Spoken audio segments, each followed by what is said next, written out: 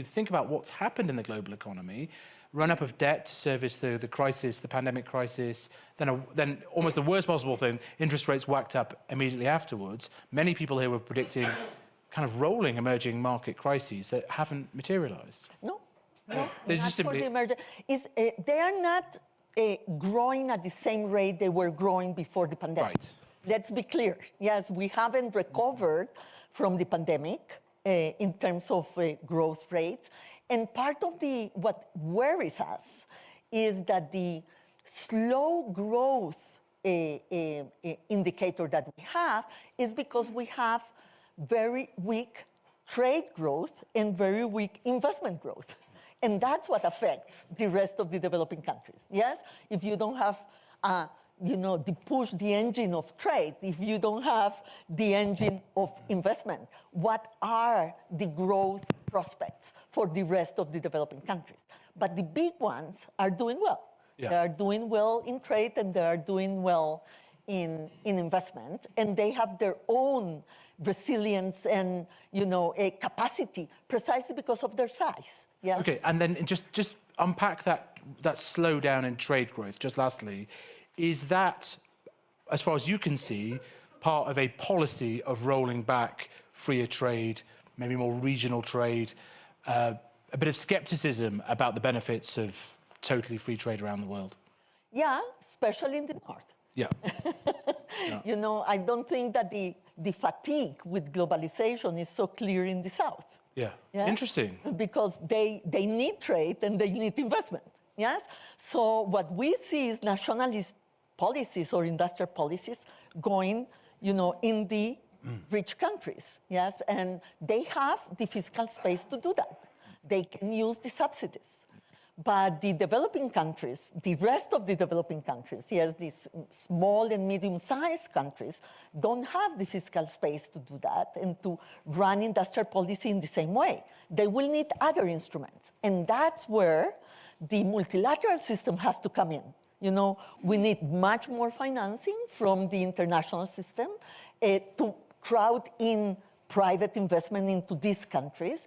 And we need also trade rules that will allow these countries to add value to their own raw materials and critical minerals so they can follow an industrial policy that will be sustainable but also foster growth, much faster growth. Developed countries copying the model of development of developing countries.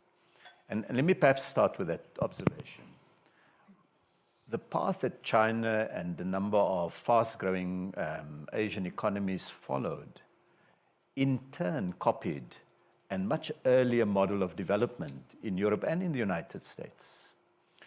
And so, historically, if you think about trade, countries built, the whole history of trade is replete with examples of developed countries having quite high barriers. As they built industrial capability, as specialization, as the benefits of competition became more evident, they were able to reduce that trade.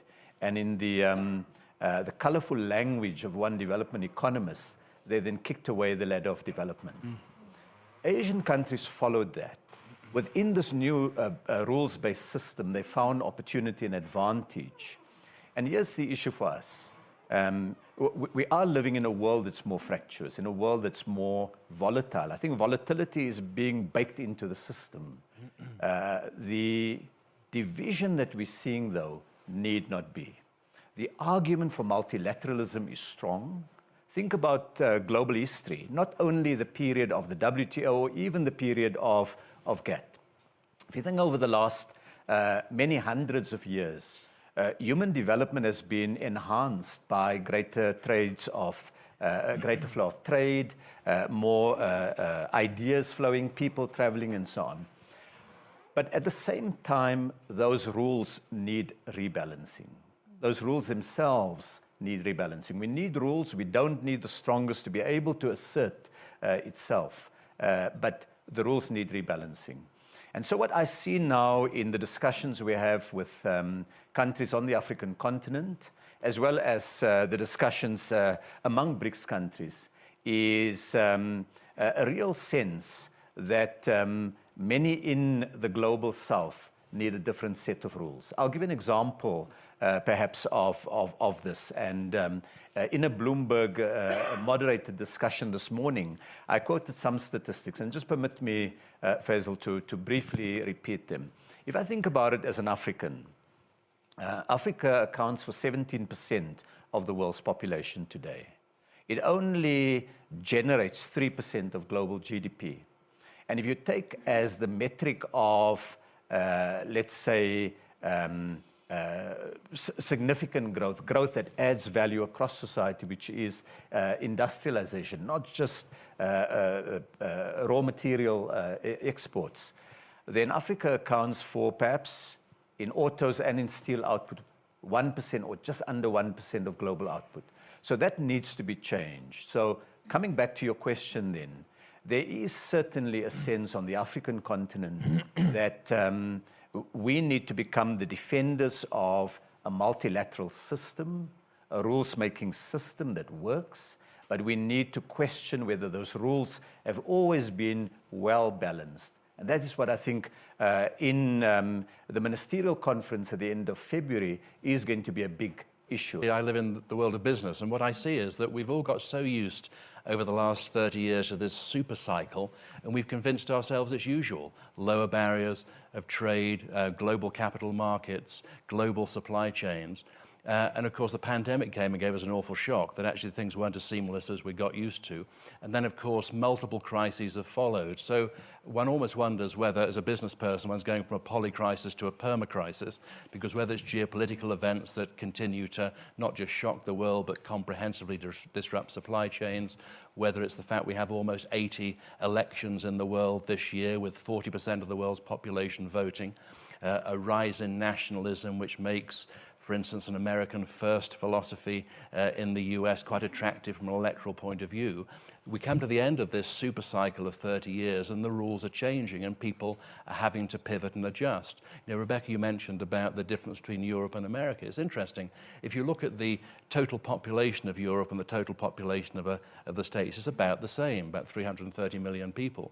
If you look at the number of large companies in the global 500, it's about the same. So why is it that the US has grown so much faster? Well, part of it's to do with a contiguous landmass of people speaking largely the same language. That actually is one of the reasons, but also because some of the frictions of trading around Europe were not there in the States. And so I think that, to your question, Faisal, I think that business leaders have found that the strategies that used to work no longer work. They have to remain very agile indeed.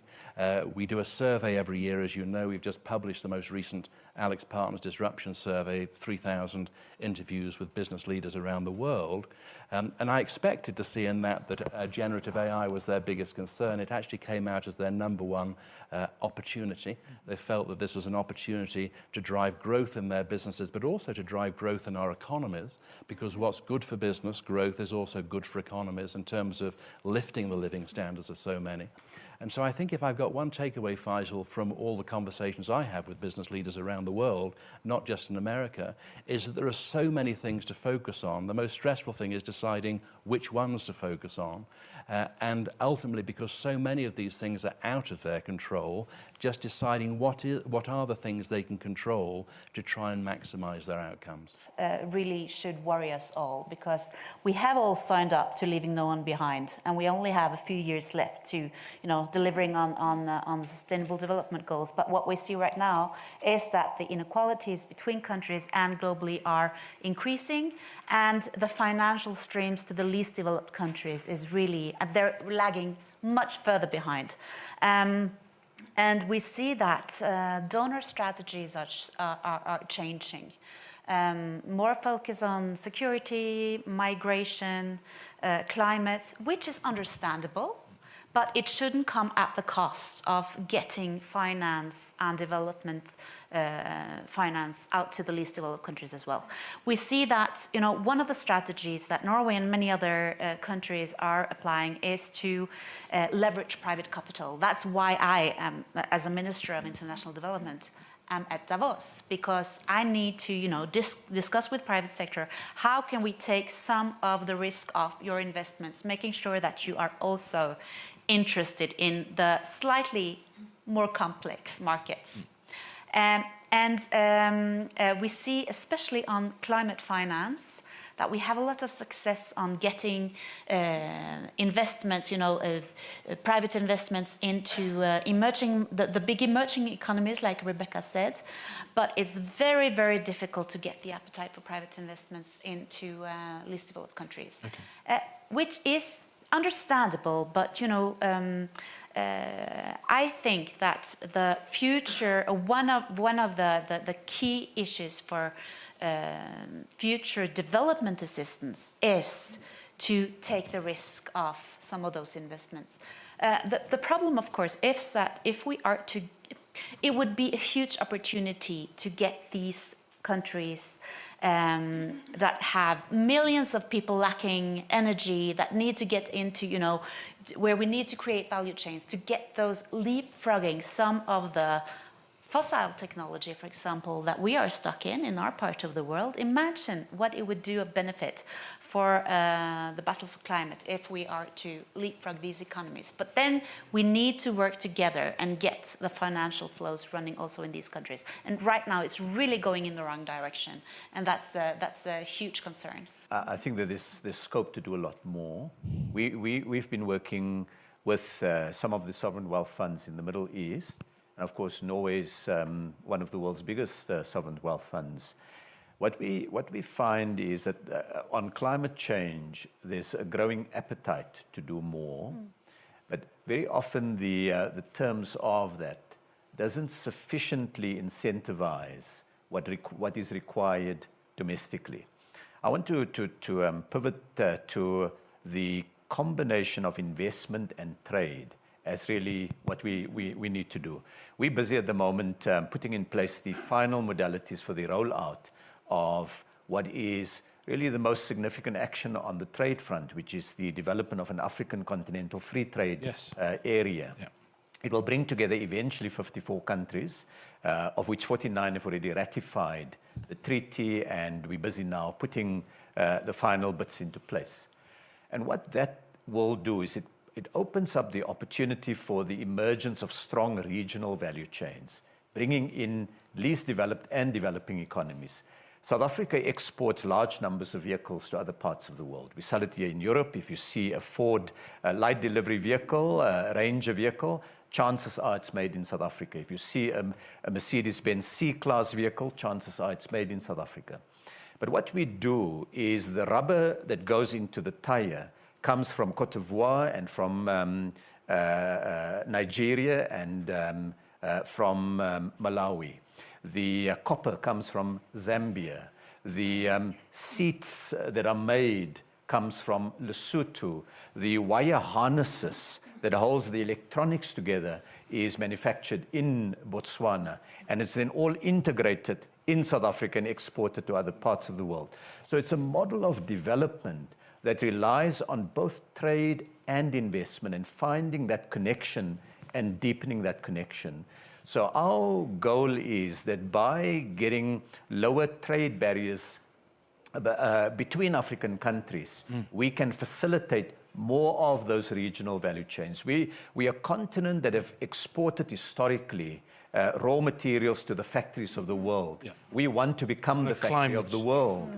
And there's a demographic argument we should raise, and that is the action on population growth is going to be largely in the next, in the period between now and 2050 is projected to be an African action. We're 1.4 billion people. We're destined to be, or it's projected to be 2.8 billion people. And 1 out of every 2 young babies born over the next 2 decades will be born on the African continent. So it underlies the urgency of a development model that is not simply reliant on selling more raw materials, but that beneficiates, that processes it on the African continent. The idea of an African free trade area and... Absolutely. Yeah. I am envious South Africa. And this energy that you can feel in the continent, you know, coming from Latin America, we have promised ourselves to have a common market forever, and we haven't done it. Yeah. So when I look at Africa and the numbers that we have in terms of what it can bring in terms of growth and prosperity for Africa, is enormous. So let me just say one thing. It is going to take time, you know, and perseverance, and these things are not from one day to the other. But what we see is we are very optimistic, I have to say. And absolutely, it's about regional supply chains too.